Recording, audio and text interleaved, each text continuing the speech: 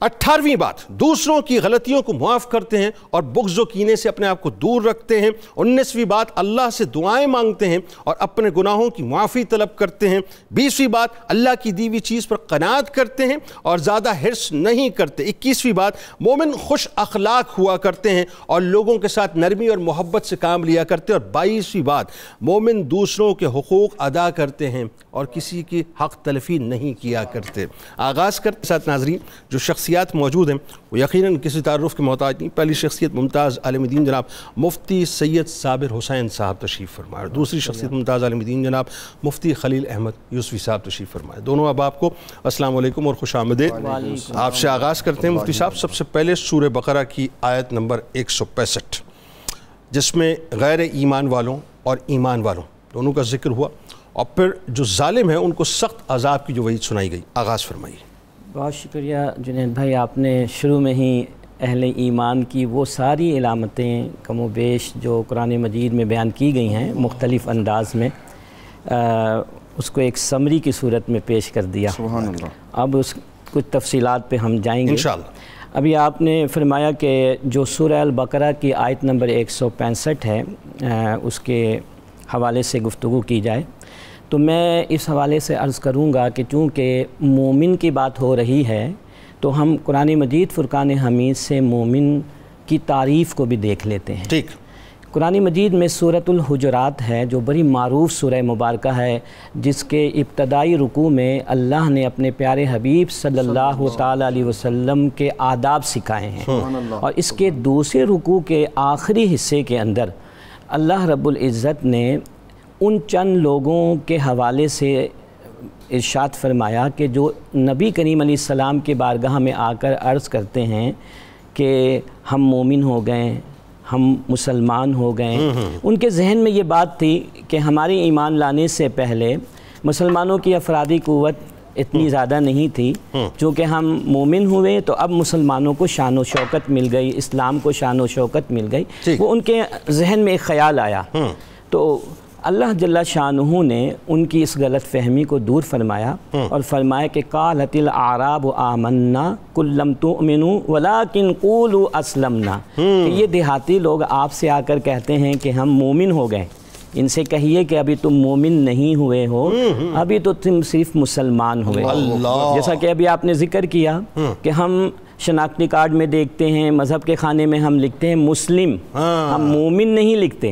اس کی وجہ یہ ہے کہ مسلمان جو ہوتا ہے وہ ہوتا ہے کہ جو ظاہری اعتبار سے اللہ تعالیٰ اس کے رسول صلی اللہ علیہ وسلم کے احکام کو قبول کر لیتا ہے، بالکل ٹھیک، قانونی حیثیت اس کو حاصل ہو جاتی ہے، بالکل ٹھیک ہے۔ لیکن حقیقی حیثیت اس وقت حاصل ہوگی جب وہ اندر سے سارے معاملات کو قبول کر کے اپنے دل و دماغ کے اندر اس کو راسخ کر دے۔ یعنی ایک ڈاکیومنٹ تو ظاہری طور پہ، ایک ڈاکیومنٹ اللہ کی بارگاہ میں ہے، اس ڈاکیومنٹ میں مومن لکھوانا۔ اور ڈاکٹر محمد اقبال رحمۃ اللہ علیہ نے غالباً اسی طرف اشارہ کرتے ہوئے فرمایا، خرد نے کہہ بھی دیا لا الہ تو کیا حاصل، دل و نگاہ مسلمان نہیں تو کچھ بھی نہیں۔ اور اسی طرح ایک شاعر کہتا ہے کہ چوں بگویم مسلمانم بلرزم، کہ جب میں اپنے آپ کو کہتا ہوں کہ میں مسلمان ہوں تو کانپ جاتا ہوں، کہ دانم مشکلات لا الہ را، کہ میں لا الہ الا اللہ کے مشکلات کو جانتا ہوں۔ کہ یہ اندر سے دل و دماغ کے اندر اللہ اس کے رسول کے احکام کو تسلیم کر کے اپنی زندگی میں اپلائی کرنا، یہ ایمان ہے۔ لہٰذا اللہ جل شانہ نے سورہ البقرہ کی آیت نمبر 165 میں ان لوگوں کی نشاندہی کی ہے کہ جو لوگ اللہ کے مقابلے میں، چاہے وہ کوئی بھی چیز ہو، وہ دولت ہو، وہ مال ہو، وہ دنیا کی محبت ہو، وہ آل اولاد ہو، اللہ کے مقابلے میں لا کر کھڑا کر دیتے ہیں۔ ٹھیک ہے، ایک تو ایک ایکسٹریم ہے نا کہ بتوں کی پوجا کرنا، وہ تو بالکل شرک ہے، کفر ہے، اور ایک یہ بھی ہے کہ آپ مسلمان ہیں، لا الہ الا اللہ محمد رسول اللہ پڑھنے والے ہیں، کلمہ شہادت پر یقین رکھتے ہیں، لیکن عملی زندگی کے اندر آپ جب اللہ تعالیٰ کی بات آتی ہے تو اللہ کے مقابلے میں کسی اور چیز کو سامنے لے آتے ہیں، جیسا کہ آج ہماری عملی زندگی میں یہ سب کچھ نظر آ رہا ہے۔ بالکل ٹھیک ہے۔ چنانچہ اللہ نے فرمایا کہ وَمِنَ النَّاسِ مَن يَتَّخِذُ مِن دُونِ اللَّهِ، کہ اور بعض لوگ ایسے بھی ہیں کہ جو اللہ کو چھوڑ کر بنا لیتے ہیں کسی اور کو، کیا؟ اندادا۔ اندادا کی معنی ہے ہمسر، ہم سر اللہ کے مد مقابل اس کو لے آتے ہیں، اور پھر ان چیزوں کو کہ جن کو وہ اللہ کے مقابلے میں لے کر آتے ہیں اور جن کو وہ اللہ کا ہمسر سمجھنے لگتے ہیں، یعنی جو اعتقادات، جو سوچ، جو تھنکنگ اللہ کے لیے ہونی چاہیے وہ دنیا کی ان چیزوں کو دینا شروع کر دیتے ہیں کہ یہ تو میرے پالنہار ہیں، یہ سب کچھ کر لیں گے، دنیا کے پیچھے لگ جاتے ہیں۔ تو فرمایا کہ یحبونہم کا حب اللہ، اور وہ ان چیزوں کی محبت میں ایسے مبتلا ہو جاتے ہیں جیسا کہ ان کو اللہ کی محبت میں مبتلا ہونا چاہیے، ٹھیک ہے۔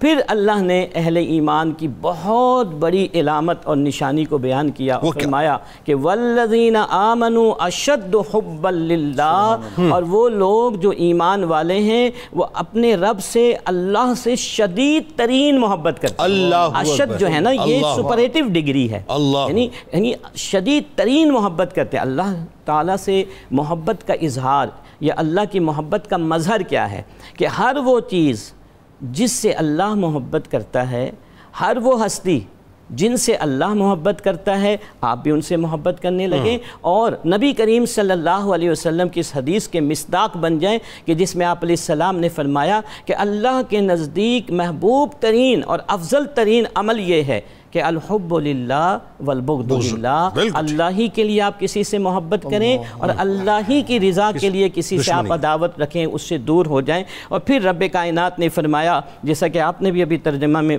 پیش کیا کہ وَلَوْ يَرَ الَّذِينَ ظَلَمُوا إِذْ يَرَوْنَ الْعَذَابَ، کہ اگر ظالم لوگ عذاب کو اپنی آنکھوں سے دیکھ لیں، آج وہ عذاب کا انکار کر رہے ہیں، وہ سمجھ رہے ہیں کہ کچھ بھی نہیں ہوگا، یہ دنیا بس ایسے ہی ہے، نسیہ منسیہ ہے۔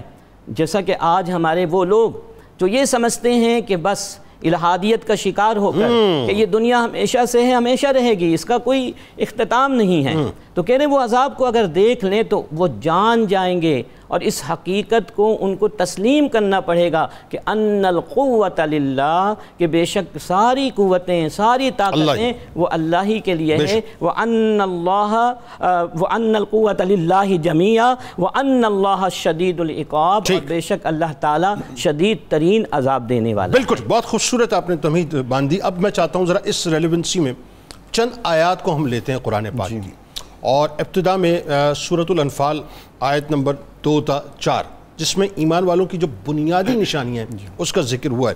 تو میرا خیال ہے اب اس ریلیونسی میں تاکہ ہم بات کو کھولیں کہ سننے والوں کو پتہ چلے صاحب کہ کون کون سی ایریاز ہیں جہاں پہ آپ داخل ہوتے ہیں تو ایکچولی وہ سائن ہے کہ آپ ایمان والے ہو گئے، اور کون کون سے ایریاز ہیں جہاں پہ آپ چلے جاتے ہیں خدا نہ خواستہ تو پھر آپ ان صفات کو بھی چھوڑ دیتے ہیں اور اس شاہراہ سے بھی بھٹک جاتے ہیں جو کہ ایمان والوں کی ہے۔ تو آئیے ذرا سورۃ الانفال آیت نمبر 2 تا 4۔ بسم اللہ والصلاة والسلام علی رسول اللہ۔ جنید بھائی بڑی خوبصورت تمہید آپ نے بھی باندھی اور قبلہ مفتی صاحب نے بھی بڑی خوبصورت بات کی۔ سورۃ الانفال کی آیت میں اللہ تعالیٰ نے مومنین کی 5 خوبیاں بیان کی ہیں اور بدلے میں ان کے 3 درجات بیان فرمائے۔ اوکے، اللہ تعالیٰ ارشاد فرماتا ہے انما المؤمنون الذین اذا ذکر اللہ وجلت قلوبہم، جب ایمان والوں کے سامنے اللہ کا ذکر کیا جاتا ہے تو ان کے دل اللہ تعالیٰ سے ڈر جاتے ہیں۔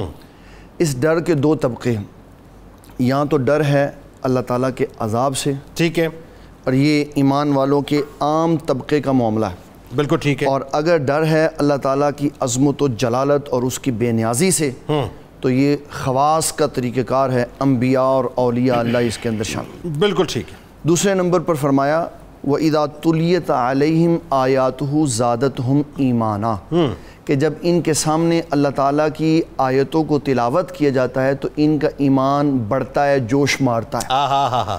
اس میں ناظرین کے لیے میں پہلے بنیادی بات یہ عرض کرنا چاہتا ہوں کہ نفس ایمان لا الہ الا اللہ محمد الرسول اللہ پہ پورا ہو جاتا ہے۔ یہ جو بڑھوتری اللہ تعالیٰ نے بیان کی ہے نا، یہ ایمان کی قوت ہے۔ ایمان آیات دیکھ کر، نشانیاں دیکھ کر، اللہ کا ذکر سن کر ایمان کی قوت میں اضافہ ہوتا ہے، اللہ پہ بھروسہ زیادہ ہو جاتا ہے، سبحان اللہ۔ اس کی شانوں اور عظمتوں کے جب معانی اور مفاہیم کھلتے تو انسان کو یہ یقین ہوتا ہے کہ میرا رب سب سے بڑا ہے۔ اللہ اکبر۔ جیسے حضرت سیدنا ابو بکر صدیق رضی اللہ تعالیٰ عنہ، آپ عبداللہ ابن مبارک نے اس کو کتاب الزہد میں لکھا ہے کہ جب آپ کسی چڑیا کو اڑتا ہوا دیکھتے تھے تو کہتے تھے تو کتنی خوش قسمت ہے، اڑتی ہے، کھاتی ہے اور اپنے کام کرتی ہے. تو اصحاب پوچھتے تھے آپ ایسا کیوں کہتے ہیں؟ کہا اللہ سے ڈر لگتا ہے کہ اس نے تو اللہ کی بارگاہ میں حاضر ہو کے جواب نہیں دینا لیکن ابو بکر نے دینا. اللہ اکبر. یہ ان کی کیفیت تھی جو ان کی ایمان کی بڑی ہوئی دولت کی وجہ سے تھے کہ جتنا وہ اللہ کے قریب تھے اتنا اللہ کی جلالت کا ان کے اوپر غلبہ. اللہ اکبر. حضرت سیدنا عمر بن خطاب تو کہتے تھے کہ کاش میں پیدا ہی نہ ہوتا تاکہ مجھے اللہ کی بارگاہ میں نہ جانا پڑتا. تو اسلام نے اس کے اوپر ابن ماجہ کی ایک حدیث ہے 4197 نمبر، رسول اللہ صلی اللہ علیہ وسلم نے ارشاد فرمایا جو اللہ کی جلالت اور اس کی کبریائی کی وجہ سے اس سے ڈرے اور پھر اپنی آنکھ سے ایک آنسو بہا دے تو اللہ تعالیٰ اس کے اوپر جہنم کو حرام کرتا. اللہ اکبر. پھر تیسرے نمبر پر فرمایا وَعَلَىٰ رَبِّهِمْ يَتَوَكَّلُونَ، وہ اپنے رب پر بھروسہ کرتے. ہر حال رب پر بھروسہ ہوتا ہی اس کا ہے جس کے اندر ایمان ہوتا ہے اور جو اللہ تعالیٰ سے ڈرتا ہے. سبحان. اس کے بغیر رب پہ بھروسہ ہی نہیں ہوتا. کسی بھی منزل پہ کسی بھی عمر پہ انسان چلا جائے نا تو ہمیشہ تذبذب کا شکار رہتا. کیوں؟ اس نے اللہ تعالیٰ کے انوار و تجلیات نہیں دیکھے ہوتے، اس نے اللہ کا قرب نہیں پایا ہوتا، وہ کسی اللہ والے کے پاس بیٹھا نہیں ہوتا، اس لیے اس کا بھروسہ اللہ پہ نہیں ہوتا. اس میں توکل کا جو طبقہ اسلام نے ہمارے لیے ہمیں بتایا، حضور پاک صلی اللہ علیہ وسلم کی بارگاہ میں ایک بندہ حاضر ہوا. اس نے عرض کی حضور اللہ تعالیٰ پہ بھروسہ کیا ہے؟ آقا کریم صلی اللہ علیہ وسلم نے فرمایا تو میرے پاس آیا کس پہ بیٹھ کے آیا؟ کہنے لگا میں اپنے اونٹ پہ بیٹھ کے. فرمایا توکل یہ ہے کہ اس کا گھٹنا باندھ دے اور پھر اللہ تعالیٰ سے کہا یا اللہ اس کو میں نے تیرے سپرد کر دیا. اللہ. اس کا معنی یہ ہے کہ اسباب ظاہری کو اختیار کرنا اور ان کو حقیقی تصور نہ کرنا اور حقیقت میں اللہ تعالیٰ کی طرف رجوع کرنا، یہ توکل. سبحان اللہ. بہت خوبصورت وضاحت. اور پھر چوتھے نمبر پر فرمایا الذین یقیمون الصلاۃ، وہ نماز قائم کرتے. اس کے بھی دو معنی مفسرین نے بیان کیے. اب یہ سورۃ الانفال کی آیت نمبر 3 پہ آ گئے. ٹھیک. اس کے بھی دو معنی بیان کیے کہ عام بندوں کے لیے اس سے مراد ہے پنجگانہ نماز، اور قرب بارگاہ الہی والے جو خاص مومن ہوتے ہیں وہ اس درجے سے آگے چلے جاتے ہیں تو ان کو ان 5 نمازوں کے بعد چھٹی نماز تہجد بھی شامل کرنی پڑتی ہے کہ الذین یقیمون الصلاۃ سے مراد یہ ہے کہ وہ نماز قائم کریں گے. رسول اللہ صلی اللہ علیہ وسلم کی ایک حدیث مبارک جس کے راوی صرف حضرت ابو بکر صدیق ہیں، آپ فرماتے ہیں اس صرف ابو بکر صدیق رضی اللہ تعالیٰ عنہ سے مراد ہے کہ پہلے راوی صرف ابو بکر صدیق. بالکل ٹھیک. فرماتے ہیں نبی صلی اللہ علیہ وسلم نے فرمایا قبر ایک اندھیرا ہے اور نماز پنجگانہ اس کا نور ہے. کہ جو اپنی قبر کو منور کرنا چاہتا ہے اس کو چاہیے کہ وہ نماز پنجگانہ پڑھا. پھر فرمایا وَمِمَّا رَزَقْنَاهُمْ يُنْفِقُونَ، اللہ یہ وہ بندے ہیں جن کی 5ویں کوالٹی ایمان والوں کی یہ ہے کہ وہ ہمارے دیے ہوئے میں سے ہماری راہ میں خرچ کر. اولئک هم المؤمنون حقا، فرمایا یہ پکے مومن ہیں. اب یہ چوتھی آیت آ گئی. ہاں چوتھی آیت ہے لَهُمْ دَرَجَاتٌ عِنْدَ رَبِّهِمْ، اللہ کے ہاں ان کے بڑے درجے. اور کہاں تک درجے ہیں؟ کہا عرش کے نیچے تک ان کا مقام و مرتبہ، روحیں وہاں چلی جاتی ہیں. وَمَغْفِرَةٌ، اور ان کی جتنی زندگیوں میں کوئی کمی رہ جاتی ہے، کوئی خطائیں ہو جاتی ہیں، اللہ ساری معاف کر دیتا ہے. وَرِزْقٌ کریم، ان کے لیے بہت وسیع اللہ تعالیٰ نے کھانے کا نعمتوں کا انتظام کیا ہے. اس میں ایک حدیث میں عرض کر کے بات ختم کرتا ہوں. رزق کا مطلب کھانا ہے اور کریم کا مطلب ہے شریف. ہمارے عرف میں اس کو لنگر شریف بھی کہہ سکتے ہیں کہ اللہ نے ان کے لیے. اس کا معنی یہ کیوں کیا گیا؟ اس کا معنی یہ کیوں کیا گیا؟ اس لیے کہ یہ وہ نعمتیں ہیں جو اللہ تھوڑی عبادات کے بدلے زیادہ عطا فرما. کیا کہنے سبحان اللہ. اچھا سر اب آئیے ذرا اسی ریلیونسی میں ہم ذرا لیے چلتے ہیں دیکھنے سننے والوں کو سورۃ التوبہ کی آیت نمبر 112 کی جانب. اچھا یہ جو آیت پاک ہے، اس آیت پاک میں جو صفت ایمان والوں کی بیان ہوئی وہ امر بالمعروف و نہی عن المنکر کے حوالے سے، کہ بنیادی طور پہ مطلب وہ نیکی کا حکم دینے والے ہیں، برائی سے روکنے والے ہیں. اس پہ ذرا گفتگو کیجیے اور خاص طور پہ اس پہ جو ایک میں چاہتا ہوں اس پہ آپ ذرا رک کے بات کیجیے گا کہ اللہ کی مقرر کردہ حدود کی حفاظت کرنے والے. تو یہ آیت بنیادی طور پہ ہم سب کو جو ہے پکار کے کہہ رہی ہے کہ ہمیں کرنا کیا چاہیے، بتائیے ذرا. بہت ہی زبردست بات آپ نے کی. اور یہ جو آیت ہے آیت نمبر 112 سورہ توبہ، دیکھیں اس میں اگر آپ غور کریں تو اہل ایمان کی 9 صفات بیان کی گئی ہیں. 9 صفات ایک ہی آیت میں، ایک ہی آیت. ہاں، اور پھر آخر میں اللہ تعالیٰ نے ان کو خوشخبری بھی سنائی ہے کہ ان صفات کے حامل مومنین کے لیے خوشخبری ہے. وہ خوشخبری کیا ہے؟ وہ اس سے پہلی والی آیت میں ہے کہ ان کے لیے جنت ہے، اللہ ان سے راضی ہے اور وہ اللہ سے راضی ہیں۔ اب آپ دیکھیں کہ جو یہ 9 صفات ہیں، میں آپ کی بات کی طرف آؤں گا، جو آپ کا اصل جو اس آیت کریمہ سے کرکٹ جو آپ نکالنا چاہ رہے ہیں، میں تو اصل میں اس کی ریلیونسی ہے، آپ بالکل کنٹینیوٹی میں آئیے۔ 6 صفات جو ابتدائی ہیں جن میں اللہ نے فرمایا کہ التائبون، جو مومن ہوگا وہ توبہ کرنے والا ہوگا، ٹھیک ہے، العابدون، عبادت کرنے والا ہوگا، الحامدون، اللہ تعالیٰ کی تعریف و تسبیح بیان کرنے والا ہوگا۔ یہ مومن کی صفات آ رہی جی، میں مفہومی ترجمہ بیان کرتا ہوں۔ بالکل ٹھیک ہے۔ السائعون، دنیاوی لذتوں سے دور ہونے والا ہوگا۔ یہ جو دنیا میں انسان غرق ہوتا ہے نا، یہی ساری برائیوں کی جڑ ہے، ٹھیک ہے، کہ جب وہ دنیا کو اصل سمجھنے لگتا ہے کہ دنیا ہی اصل ہے، اوریجن ہے، اور یہی جو ہے سب کچھ ہے، تو پھر وہاں سے تباہی دنیا سے کنارہ کش روزہ دار ہوگا۔ جی، پھر ظاہر بات ہے کہ اس کا جو ایک مظہر جو ہے وہ روزہ رکھنے کی صورت میں آتا ہے۔ الراکعون، رکوع کرنے والے، خشوع و خضوع کے ساتھ، ٹھیک۔ الساجدون، وہ مومن سجدہ کرنے والا ہوگا۔ سبحان اللہ۔ اب یہاں سے جو 6 صفات بیان ہونے کے بعد، یہ 6 صفات اگر آپ غور کریں تو ان کا تعلق ہماری انفرادی زندگی سے ہے، بالکل ہماری پرسنل لائف سے ہے۔ Very good. اب جو آ رہی ہے بات جن پر آپ نے کہا کہ اس پہ خصوصی طور پہ بات کی جائے اور ابھی ضرورت ہے اس کی، ان کا تعلق ہماری اجتماعی زندگی سے، اجتماعیت سے۔ اب آپ کو گھر سے نکل کے باہر کی طرف آنا پڑے گا۔ اسلام صرف گھر کے لیے نہیں کہ آپ عبادت کریں، آپ روزے رکھیں اور بس دیٹس آل، آپ کو باہر نکلنا پڑے گا۔ اور جب آپ باہر نکلیں گے، اجتماعی زندگی میں قدم رکھیں گے، تو اس کا سب سے پہلا زینہ یہ ہے کہ آپ جو کام خود کر رہے ہیں نیکی کی صورت میں، اب اس کا پرچار شروع کر دیں۔ آمرون بالمعروف، ٹھیک ہے، وہ لوگوں کو نیکی کا حکم دینے والے ہوتے ہیں، اللہ، ٹھیک ہے، اس کا پرچار کریں، اس کو بتائیں، تاکہ وہ صفات عالیہ جو آپ نے اللہ تعالیٰ کے فضل سے اپنے اندر پیدا کی، وہ دیگر مومنین اور دیگر مسلمانوں کے اندر بھی پیدا ہو، تاکہ وہ بھی اللہ کے نیک بندوں میں شامل ہو جائے۔ تو امر بالمعروف یہ ہماری اجتماعی اور تبلیغی زندگی کا پہلا زینہ ہے، اور یہ آسان ہے۔ بالکل ٹھیک ہے۔ امر بالمعروف آسان ہے، کیونکہ اس میں تو آپ نے کہنا ہے لوگوں کو نماز پڑھو، زکوٰۃ دو، یہ کوئی منع نہیں کرے گا۔ آپ کسی کو بھی کہیں کہ تم نماز پڑھو، اگرچہ وہ نہ پڑھے لیکن آپ کے سامنے ری ایکٹ نہیں کرے گا، ٹھیک ہے میں پڑھ لوں گا، ٹھیک ہے۔ اس کے بعد جو دوسرا زینہ ہے جس میں اللہ جل شانہ نے فرمایا کہ وَالنَّاهُونَ عَنِ الْمُنْكَرِ، یہ آ گیا، یہ وہ جگہ ہے جہاں پر آپ کو اسٹینڈ لینا پڑتا ہے، جہاں پر آپ کو اسٹرگل کرنی پڑتی ہے، لوگوں کے سامنے کھڑا ہونا پڑتا ہے، لوگوں کی طرف سے آپ کو مار پڑنا شروع ہو جاتی ہے، ریبٹل آئے گا، جی، وہاں پہ آپ کو ری ایکشن کا جو سامنا کرنا پڑے گا۔ اب دیکھیں آخر میں جو اور سر اس سے بات اور آگے بڑھ گئی نا، وہ حدود والی جو بات ہے، وَالْحَافِظُونَ لِحُدُودِ اللَّهِ، اللہ کی حدیں، لیمیٹیشنز، باؤنڈریز۔ قرآن میں یہ اس طرح کی آیتیں بہت آپ کو ملیں گی کہ جس نے اللہ کی حدوں کو توڑا، باؤنڈری کراس کرنے کی کوشش کی یا اس نے کراس کر دی، دونوں صورتوں میں پھر وہ بچ نہیں سکے گا۔ اللہ، دنیا میں بھی ذلت اور رسوائی اس کا مقدر بن جاتی ہے، اور آخرت میں۔ اللہ کی حدود کیا ہیں؟ اللہ تعالیٰ کی حدود یہ ہیں، ڈوز اینڈ ڈونٹس کو آپ جیسے ابھی آپ نے شروع میں 22 صفات بیان کر دیں، اسی طرح ایک مسلمان اپنے لیے ایک لکیر کھینچے، ڈوز اور ڈونٹس لکھ لے کہ مجھے کیا کرنا ہے اور کیا نہیں کرنا ہے، یہ حدود اللہ ہے۔ بالکل ٹھیک۔ جو کرنا ہے اس پر عمل پیرا ہو جائے، اور جن سے اللہ نے روک دیا، ٹھیک ہے، ان سے رک جائے، یہ حفاظت حدود اللہ جو ہے کہلائے گی، اور پھر وہ مومن جنت کے حقدار جو حفاظت حدود اللہ کرتے ہیں، جی، ان کے لیے خوشخبری ہے۔ خوشخبری ہے، بالکل ٹھیک ہے۔ ناظرین ہمارے ساتھ جڑے رہیے، بڑی خوبصورت گفتگو ہو رہی ہے۔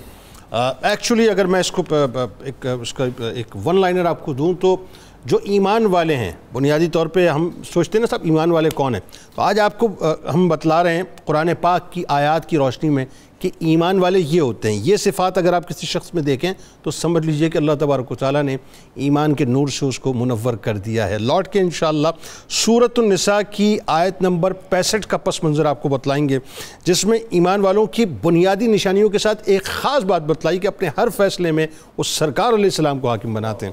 درود پاک پیش کیجئے سرکار کی بارگاہ میں، ان کی آل کی بارگاہ میں۔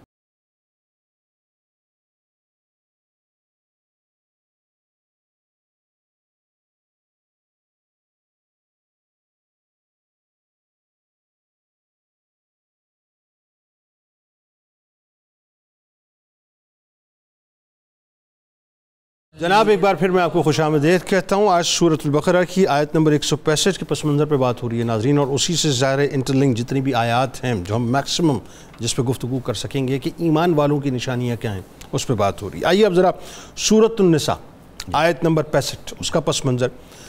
بڑی بنیادی نشانی اس میں ایمان والوں کی بتلائی کہ سرکار علیہ السلام کو اپنے ہر فیصلے میں وہ حاکم تسلیم کریں گے. آغاز کیجیے. بسم اللہ الرحمن الرحیم. اللہ تعالیٰ ارشاد فرماتا ہے فَلَا وَرَبِّكَ لَا يُؤْمِنُونَ حَتَّى يُحَكِّمُوكَ فِي مَا شَجَرَ بَيْنَهُمْ ثُمَّ لَا يَجِدُوا فِي أَنفُسِهِمْ حَرَجًا مِّمَّا قَضَيْتَ وَيُسَلِّمُوا تَسْلِيمًا. اس آیت کا ترجمے کا خلاصہ یہ ہے کہ اے حبیب صلی اللہ علیہ وسلم, آپ کے رب کی قسم, آپ کے رب کی قسم, کیا انداز ہے. اور اس میں کمال محبت ہے اللہ تبارک و تعالی جل جلالہ کی کہ وہ جہاں نبی صلی اللہ علیہ وسلم کے چہرے مبارک کی قسم بیان فرماتا ہے, آپ کی زلفوں کی قسم بیان کرتا ہے, آپ کی عظمت و شان بیان کرنے کے لیے فرمایا اپنی بھی قسم کہہ سکتا ہے, اللہ بھی کہہ سکتا ہے, آپ کے رب, فرمایا فلا و ربی کا, میرے حبیب آپ کے رب کی قسم ہے کہ جو آپ کو اپنے فیصلوں میں حاکم تصور نہیں کرتا کہ آپ فیصلہ فرما دیں تو اس کے دل میں تنگی نہ آئے اس کو مانتے ہوئے. وہ اس وقت تک مومن ہو ہی نہیں سکتا. اس کی جو شان نزول ہے اس میں بہت سارے واقعات موجود ہیں, اور سب واقعات میں مرکزی کردار بہت سارے اصحاب کے ساتھ حضرت سیدنا عمر بن خطاب رضی اللہ تعالیٰ عنہ. اللہ, پہلے ایک بات سناتا ہوں پھر حضرت عمر بن خطاب کی طرف. وہ یہودی والا واقعہ. ہاں جی. حضرت سیدنا حضرت زبیر بن عوام رضی اللہ تعالیٰ, یہ حضور پاک صلی اللہ علیہ وسلم کی پھوپھی جان کے بیٹے ہیں. ٹھیک ہے. ان کی زمین دریا کے کنارے تھی. ٹھیک ہے. اس کے پیچھے ایک اور بندے کی زمین تھی. تو اس نے حضور پاک صلی اللہ تعالیٰ علیہ وسلم سے کہا کہ آپ ان کو کہیں کہ میری زمین میں سوکھا ہے تو پانی مجھے تھوڑا سا دے دیں. تو آقا کریم صلی اللہ تعالیٰ علیہ وسلم آپ نے فرمایا زبیر جب آپ پانی لگا لیں تو پھر پانی ان کو دے دیں. آپ نے یہ بات کہہ دی. تو اس نے ایک جملہ کہا, اس نے کہا پھر پھوپھی ذات کی سائیڈ لی ہے.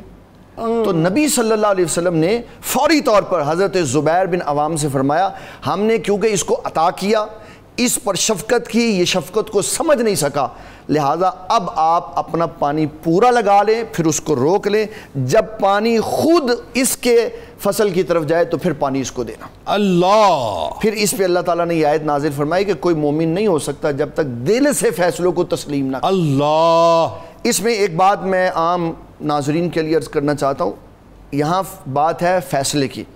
اگر نبی صلی اللہ تعالیٰ علیہ وسلم کسی سے مشورتاً بات کریں اس میں دونوں پہلو, یہاں مشورے میں فوری قبول کر لیں یا اپنی رائے پیش کر سکتے ہیں. جیسے سعد بن معاذ رضی اللہ تعالیٰ عنہ کہتے تھے حضور یہ جو آپ تہائی حصہ کھجوریں دے رہے ہیں یہ آپ حکمن فرما رہے ہیں یا مشورہ ہے؟ بالکل ٹھیک. کہا جی آپ نے فرمایا یہ میں مشورے کے طور پہ کہہ رہا ہوں. کہا ہم نے تو مشورے میں آپ کو یہی عرض کرنا ہے کہ ہم ان کو ایک کھجور نہیں تھے دیتے, ہم یا کھجور ان کو مہمان کے طور پہ دیتے تھے یا پیسے سے دیتے تھے, آپ تیسرا حصہ دے رہے ہیں. آپ نے فرمایا کیا چاہتے ہیں؟ کہا ہم مقابلہ کریں گے اور جو مقابلے میں آئے گا اس کی گردن کاٹ دیں. بلکہ بدر کے موقع پہ آپ دیکھیں پڑاؤ کا معاملہ آیا تو سرکار سے یہ عرض کیا گیا یا حکم ہے یا مطلب بالکل ایسا حکم آ گیا.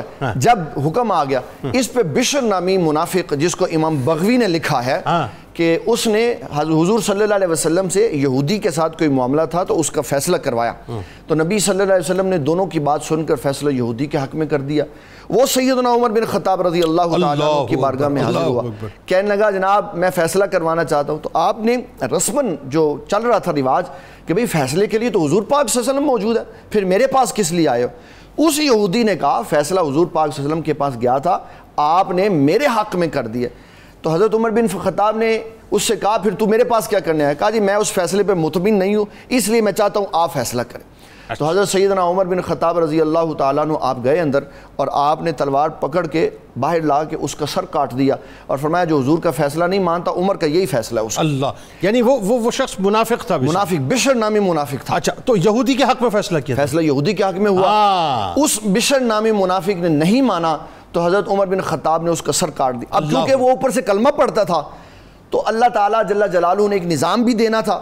لوگوں کے درمیان آواز بلند ہوئی کہ حضرت عمر بن خطاب نے مسلمان کو قتل کر دیا. اس کا معنی یہ ہے کہ مسلمان جو کلمہ پڑھ لے اس کا قتل بہت بڑا جرم ہے. اللہ. حضرت عمر بن خطاب کے بارے میں جب یہ بات ہوا ہوئی تو حضور پاک صلی اللہ علیہ وسلم نے بلایا آپ صلی اللہ علیہ وسلم کی بارگاہ میں سارا معاملہ پیش کیا گیا تو حضرت سیدنا جبرائیل علیہ السلام بھی آ گئے اور یہ آیت پڑھی کہ حضور یہ کیونکہ آپ کا فیصلہ دن سے نہیں مان رہا تھا تو عمر بن خطاب نے جو اس کا فیصلہ کیا ہے اللہ نے اس فیصلے کو قبول فرمایا. یعنی اس معاملے کے لیے آیت نازل ہو گئی. آیت نازل ہوئی کہ جو آپ کے فیصلے کو نہیں مانتا عمر بن خطاب رضی اللہ تعالیٰ عنہ نے جو فیصلہ کیا ہے وہ یہی ہے. اس پہ میں آپ کو دو باتیں عرض کرنا چاہتا ہوں. جناب نبی صلی اللہ تعالیٰ علیہ وسلم کا حکم ماننا یہ فرض ہے. بالکل. جو آپ کے حکم میں دل سے انکار کر دے وہ کافر تصور ہوتا ہے, اس کے لیے اسلام کے اندر کوئی گنجائش نہیں ہے. اللہ اپنی شیخ طریقت کی یہاں بات عرض کرنا چاہوں گا. وہ فرمایا کرتے تھے خدا کی تا مختار کل مصطفیٰ نو تے غلام عہدہ کر دیتا ارض و سمانو جو حاکم نہ مننے حبیب خدا نو کدی عہدہ کامل نہیں ایمان ہوندا. ایمان کے کمال کے لیے اس میں شفا شریف میں ایک واقعہ لکھا ہوا جو میں یہاں سنانا بڑا ضروری سمجھتا ہوں اپنے ماحول کے اعتبار سے. ابو الفضل ایک قاضی تھے تو انہوں نے ایک بندے کی تقریر سنی. اچھا. وہ تقریر کرتے ہوئے نبی صلی اللہ تعالیٰ علیہ وسلم کے بارے میں ایک کمزور جملہ کہہ گیا. تو قاضی نے کہا اس کو ابھی پھانسی دے دو. اچھا. کوئی گواہ نہیں, کوئی عدالت نہیں لگی کیونکہ قاضی خود بیٹھے ہوئے تھے. انہوں نے کہا اس کو پھانسی دے دو. پھانسی پہ لٹکا دیا. لیکن قاضی صاحب کہنے لگے میرا بھی خون ٹھنڈا نہیں ہوا, ہم نے اس کو سزا تھوڑی دی ہے, اب اس مرے ہوئے کو ذبح کیا جائے. جب اس کو ذبح کیا اس کا خون نکلا تو ایک کتا خون پینے کے لیے آ گیا. تو کہا اب میرا دل ٹھنڈا ہوا. کہا کیا ہوا؟ کہ حضور پاک صلی اللہ علیہ وسلم نے فرمایا مومن کے خون کو کبھی کتا منہ نہیں مار سکتا. جب اس نے حضور پاک صلی اللہ علیہ وسلم کی گستاخی کی تو ایمان نکل گیا اور جو میں نے سزا دی بالکل صحیح سزا دی. اور ظالم کی یہی سزا ہونی چاہیے. نبی صلی اللہ علیہ وسلم کے بارے میں نرم جملہ کہے اور جو حضور کی ختم نبوت کے بارے میں بات کہے اس کی سزا اسلام نے یہ بتائی ہے, اس کا سر کاٹ دینا چاہیے تاکہ زندگی میں دوبارہ اس کو کبھی مہلت نہ ملے. اللہ اللہ اللہ. یہ اسلام ہے اور یہ طریقہ کار حضور پاک صلی اللہ علیہ وسلم کی موجودگی میں شروع ہوا. اس میں قیامت کی صبح تک کوئی رعایت نہیں. اللہ اکبر. اب آئیے ذرا اس بات کو تھوڑا سا اور ایک اور اینگل ہم دیتے ہیں. ایک تو ظاہر یہ اس اینگل کے بعد تو بات ہی ختم ہو جاتی ہے نا کہ ایمان کی جو یوں کہہ لیے کہ سپرلیٹو ڈگری جو ہے وہ اللہ اور اس کے رسول کی ناموس ہے, اس سے بڑھ کے تو کچھ ہے ہی نہیں. ایک اور معاملہ جس کو ظاہر ہے بہت سے مطلب جو دنیا میں جو خاص طور پہ جب آپ ملحدوں کی بات کرتے ہیں دیگر لوگوں کی بات کرتے ہیں تو وہ تو قیامت پہ مطلب بلیو ہی نہیں کرتے. لیکن سورۃ الشورى کی آیت نمبر 18 میں ایمان والوں کی اس نشانی پہ خاص طور پہ بات ہوئی جن کا تعلق جو ہے وہ قیامت پر ایمان لانے والوں کے حوالے سے, اس پر ذرا گفتگو. بالکل یہ جو سورہ مبارکہ ہے اس کا ایک حصہ ایمان والوں کی ایک صفت کو بیان کر رہا ہے. بنیادی طور پہ یہ جو آیت نمبر 18 اس سے پہلے اگر ہم آیت نمبر 17 کو دیکھتے ہیں تو اس میں اللہ جل شانہ نے فرمایا کہ اللہ الذی انزل الکتاب بالحق والمیزان. اللہ وہ ہے کہ جس نے کتاب کو یعنی کتاب مبین قرآن مجید کو حق کے ساتھ نازل کیا اور اس نے ترازو کو بھی نازل کیا جس پر فیصلہ ہوگا. دنیا میں بھی ترازو فیصلے کے لیے ہے. ترازو جو ہے ہمارے ہاں تو آپ دیکھتے ہیں عدالتوں میں جو ترازو کا نشان بنا ہوتا ہے وہ یہی اسی چیز کو انڈیکیٹ کر رہا ہوتا ہے. اگرچہ انصاف جو ہے یہاں پر جو ہے اس پر تو بہت سارے تبصرے ہو سکتے ہیں. وما یدریکا, اور آپ کو کس نے خبردار کیا, لعل الساعۃ قریب, قیامت قریب ہے. اب قیامت قریب ہے. قرآن مجید میں صرف یہاں نہیں سورہ الانبیاء کی پہلی آیت کریمہ میں بھی اللہ تعالیٰ نے فرمایا کہ اقترب للناس حسابہم, کہ لوگوں سے ان کا حساب بالکل قریب آ گیا ہے. اور ایک جگہ فرمایا کہ اقتربت الساعہ, قیامت قریب آ گئی ہے. تو قیامت کا ذکر کر کے اللہ نے پھر آیت نمبر 18 میں ان لوگوں کا بھی ذکر کیا جو قیامت کے حوالے سے بالکل لاپرواہ ہیں, اللہ یقین نہیں رکھتے. وہ سمجھتے کہ یہی دنیا ہے, دنیا آنی جانی ہے, کچھ کھا لے پی لے موج اڑا لے. ان کا تصور یہ ہے, حالانکہ ایسا نہیں ہے. اللہ نے یہ دنیا ایک وقت کے لیے پیدا کیا ہے. جب حضرت آدم علیہ السلام و حوا علیہ السلام جب دنیا میں آئیں تو اس وقت اللہ نے فرمایا تھا کہ وَلَكُمْ فِي الْأَرْضِ مُسْتَقَرْ, تمہارے لیے دنیا میں ایک مستقر ہے, ٹھکانہ ہے. وَمَتَاعٌ, اور مال و اسباب بھی ہیں, لیکن کب تک؟ إِلَىٰ حِينٍ, ایک وقت تک. وہ وقت آئے گا تو پھر یہ دنیا ختم ہو جائے گی, اختتام ہو جائے گا. یعنی ایک سرائے گاہ ہے بیسیکلی. تو اب وہ لوگ ایک تو قیامت پر ایمان نہیں رکھتے, دوسرا قیامت کے حوالے سے تضحیک بھی کرتے ہیں, مذاق بھی اڑاتے ہیں. نبی کریم علیہ السلام کے زمانے اقدس میں بھی سورۃ النبا جو 30ویں پارے کی پہلی سورت ہے اس میں یہی پورا جو ہے ذکر موجود ہے کہ عما یتساءلون عن النبأ العظیم, بھانت بھانت کی بولیاں وہ بولتے تھے. تو پھر مذاق بھی اڑاتے ہیں کہ ٹھیک ہے جی قیامت اگر آنے والی ہے تو لا کر دکھا دو. یستعجل بها الذین لا یؤمنون بها, اللہ نے فرمایا کہ یہ قیامت کے حوالے سے جلدی کا مظاہرہ کرتے ہیں اور کہتے ہیں کہ جلدی لے کر آؤ تاکہ ہم دیکھیں تو صحیح. اتا امر اللہ فلا تستعجلوه, پھر اللہ نے فرمایا کہ اگر وہ وقت آ گیا تو پھر تمہیں کوئی مہلت نہیں ملے گی اس وقت. پھر اللہ نے پھر اہل ایمان کی ایک علامت بیان کی کہ اہل ایمان کا طرز عمل کیا ہوتا ہے, ان کا بیہیویئر, ان کی زندگی کیسی ہوتی ہے قیامت کے حوالے سے. فرمایا کہ والذین آمنوا مشفقون منہا, اور وہ لوگ جو ایمان لائے وہ قیامت کے حوالے سے ہر وقت ڈرتے رہتے ہیں, خوف زدہ رہتے ہیں. ان کی زندگی اسی سوچ میں ہوتی ہے کہ الذین یظنون انہم ملاقو ربہم, کہ وہ اپنے رب سے ملاقات کریں گے قیامت کے دن اور اس کی طرف لوٹیں گے اور پھر وہاں پر حساب کتاب ہوگا. تو حساب کتاب کا جب تصور مومن کے ذہن میں آتا ہے تو پھر وہ کانپ جاتا ہے. یہ بہت بڑی صفت ہے, اور جس مومن کے اندر یہ صفت ہوگی وہ دنیا کے معاملات میں محتاط ہو جائے گا, بہت کانشینس ہو جائے گا, اس کو پتہ ہوگا کہ مجھے کیا کرنا ہے کیا نہیں کرنا ہے. یعنی میرے اعمال کی پریزنٹیشن ہونی ہے اس کی پوری, ہاں مطلب ایک بہت بڑی, مطلب ایک بلا تمثیل ایک بہت بڑی جو ہے LED لگی ہوئی ہوگی, اس کے اوپر میرے سارے اعمال جو ہیں وہ دکھائے جا رہے ہوں گے. ٹھیک ہے کہ وَيَعْلَمُونَ أَنَّهَا الْحَقُّ, وہ تذبذب کا شکار نہیں ہوں گے ان لوگوں کی طرح کہ جو بعض لوگ ایسے بھی ہیں جو کہتے ہیں کہ آ بھی سکتی نہیں بھی آ سکتی ہیں. مومن کی صفت یہ ہے کہ وہ کہیں کہ یہ حق ہے. ایک دفعہ ایک صحابی رضی اللہ تعالیٰ عنہ جناب رسول اللہ صلی اللہ تعالیٰ علیہ وآلہ وسلم کی بارگاہ اقدس میں حاضر ہوئے اور کہا یا رسول اللہ صلی اللہ علیہ وسلم متى تقوم الساعہ, قیامت کب آئے گی؟ تو اللہ کے نبی علیہ السلام نے جواب دینے کی بجائے ان سے ایک سوال کر لیا کہ ما عادت لہا, کہ تم نے کیا تیاری کی ہے. تو انہوں نے عرض کیا کہ یا رسول اللہ صلی اللہ علیہ وسلم کوئی خاص تو نہیں, لیکن میں اللہ اس کے رسول صلی اللہ علیہ وسلم سے محبت کرتا ہوں. تو وہاں پہ حضور علیہ السلام نے ایک اصولی بات ارشاد فرمائی جو قیامت تک کے لوگوں کے لیے ایک بہترین نمونہ عمل ہے کہ دنیا میں رہتے ہوئے اسے کس سے محبت کرنی ہے, کس سے محبت. بات پھر پہلی والی آیت پہ آ گئی جو سورہ البقرہ کی ہے کہ والذین آمنوا اشد حبا للہ, اور اللہ کی محبت کا مظہر محبت رسول صلی اللہ علیہ وسلم بھی ہے. تو اللہ کے نبی علیہ السلام نے فرمایا کہ المرء مع من احب, کہ ہر شخص اسی کے ساتھ ہوگا قیامت کے دن جس سے وہ اس دنیا میں محبت کرتا ہے. دیکھیں کتنی بڑی کسوٹی ہے. ہم دنیا میں رہتے ہوئے اپنے بارے میں جج کر سکتے ہیں کہ ہماری محبت کا مرکز و محور کون لوگ ہیں, کیسے لوگ ہیں, اچھے لوگ ہیں یا برے لوگ ہیں. میرا خیال ہے قطع کلام کی معذرت حضرت انس یا حضرت حسان فرماتے ہیں, حضرت انس بن مالک سے یہ حدیث نعرہ مروی تکبیر ہے. بلند کیا, اسلامی دنیا میں زیادہ خوشی کبھی ہمیں نہیں ہوئی تھی. جی یہ اتنی بڑی خوشی ہے کہ اگر آپ دیکھیں یہ جو ابھی بات ناموس رسالت مآب صلی اللہ علیہ وسلم عقیدہ ختم نبوت پر ہو رہی ہے, یہ سب رسول اللہ صلی اللہ علیہ وسلم سے محبت کی دلیل ہے کہ اگر آپ کے دل میں حضور کی محبت ہوگی تو اللہ کے نبی علیہ السلام کے حوالے سے, ان کی ذات گرامی کے حوالے سے کوئی بھی بات سامنے آ جائے تو پھر آپ وہاں کمپرومائز نہیں کریں گے. بالکل ٹھیک. آخر میں مفتی صاحب, اب چونکہ قیامت کی بات آ گئی تو یوم آخرت پر ایمان لانے والے جو لوگ ہیں ظاہر ہے ان کے بارے میں ایک اور بات بڑی کمال, اور یہ سمجھ لیجئے کرکس آف دی ڈسکشن ہے. اور سورہ مجادلہ کی میں چاہ رہا ہوں بات کی جائے, خاص طور پہ آیت نمبر 22 کی, کہ جس میں یہ ایک صفت بتلا دی کہ دوستی بھی اللہ اور اس کے رسول کے لیے اور دشمنی بھی اللہ اور اس کے رسول کے لیے. اب سیاست سے ماورا ہو جاؤ, اب تعلقات سے PR سے ماورا ہو جاؤ, باپ بیٹے کے رشتے سے ماورا ہو جاؤ, اب صرف ایک ہی رشتہ ہے اور وہی بنیاد ہے. اس پہ ذرا گفتگو کیجیے.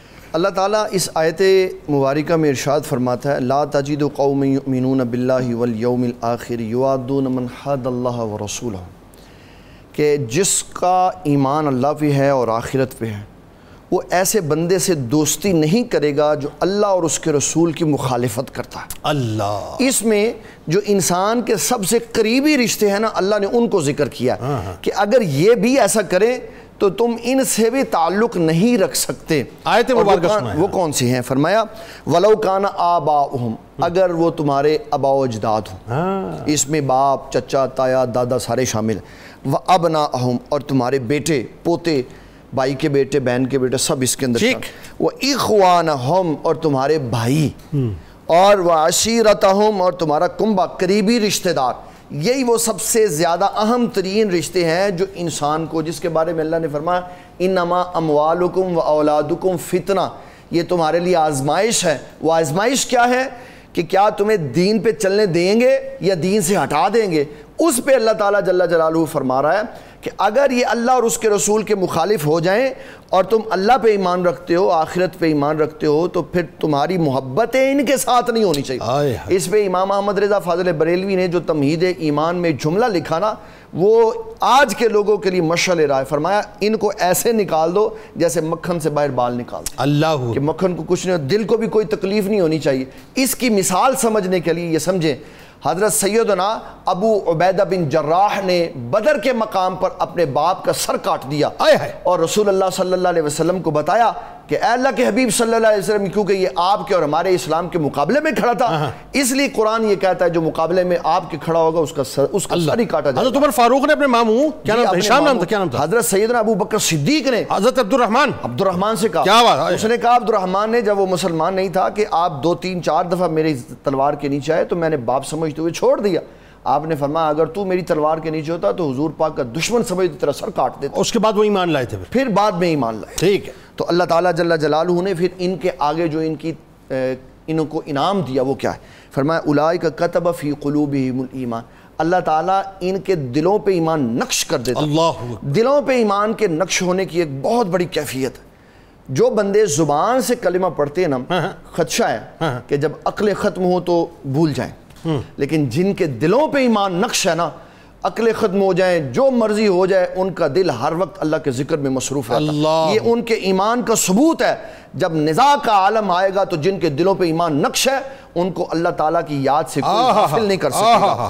وَأَيَّدَهُمْ بِرُوحٍ مِّنْ، اور فرمایا اللہ تعالیٰ جل جلالہ ارشاد فرماتا ہے کہ میں اپنی طرف سے ان کے لیے مددگار بناؤں گا اور میں ان کے لیے ممد و معاون بنا دوں گا، جو ایسے ہوں گے جو اللہ تبارک و تعالیٰ کے نمائندے ہوں گے اور ایسے لوگوں کی مدد کریں گے، یعنی جو اللہ اور اس کے رسول کی وجہ سے دوستی کریں گے اور دشمنی بھی اسی وجہ سے۔ اب یہ ان کے انعامات سارے، جی بالکل انعامات سارے۔ پھر اخروی طور پہ فرمایا وَيُدْخِلُهُمْ جَنَّاتٍ تَجْرِي مِن تَحْتِهَا الْأَنْهَارُ خَالِدِينَ فِيهَا، کہ میں ان کو ایسے باغات میں داخل کروں گا جس کے نیچے نہریں بہہ رہی ہیں۔ اور پھر فرمایا رضی اللہ عنہم ورضوا، یہ سب سے بڑا انعام ہے کہ اللہ ان سے راضی ہے اور وہ اللہ سے راضی ہے۔ سبحان، یہ اتنی بڑی بات ہے۔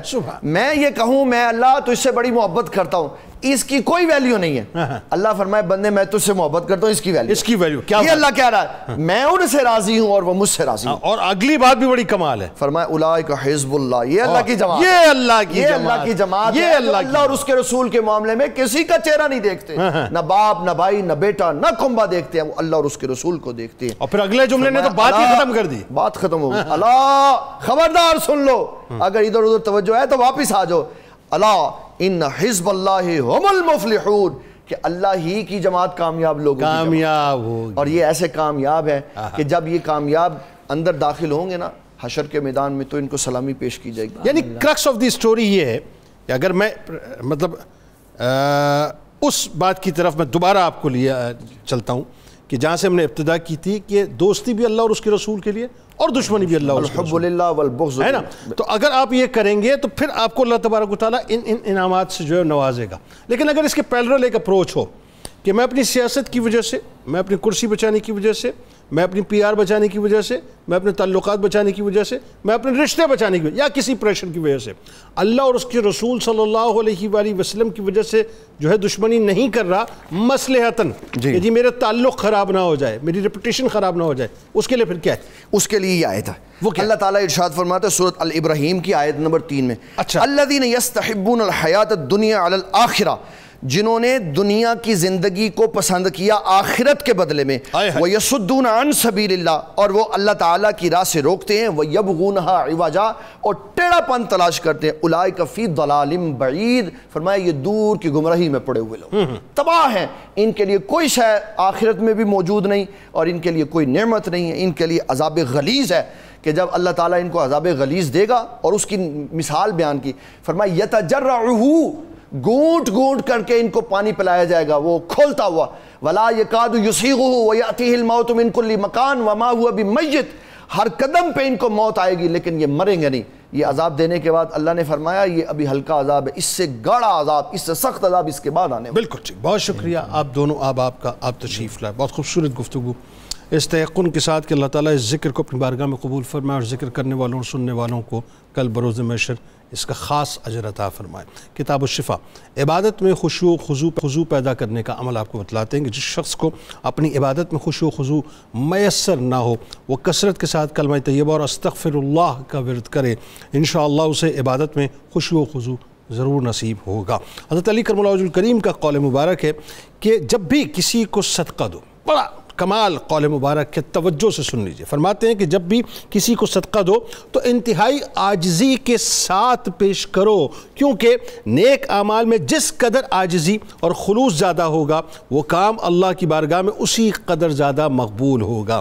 روزنامہ 92 نیوز مضمون ضرور پڑھیے گا۔ محبت الہی کے تقاضوں کے حوالے سے ایکس میں فالو کر لیجئے، فیس بک پیج کو لائک کر لیجئے، یوٹیوب چینل کو سبسکرائب کر کے بیل آئیکن کو ضرور کلک کر لیجئے۔ آئیے ذرا اپنی روح سے تجدید عہد وفا، لا یؤمن احدکم حتی اکون احب الیہ من والدہ وولدہ والناس اجمعین۔ اللہ تعالیٰ آپ کا، ہمارا، ہم سب کا، پاکستان کا، امت مسلمہ کا اور خاص طور پہ غزہ کے رہنے والوں کا حامی و ناصر و آمین۔ پاکستان کا مطلب کیا؟ لا الہ الا اللہ محمد رسول اللہ صلی اللہ علیہ وسلم۔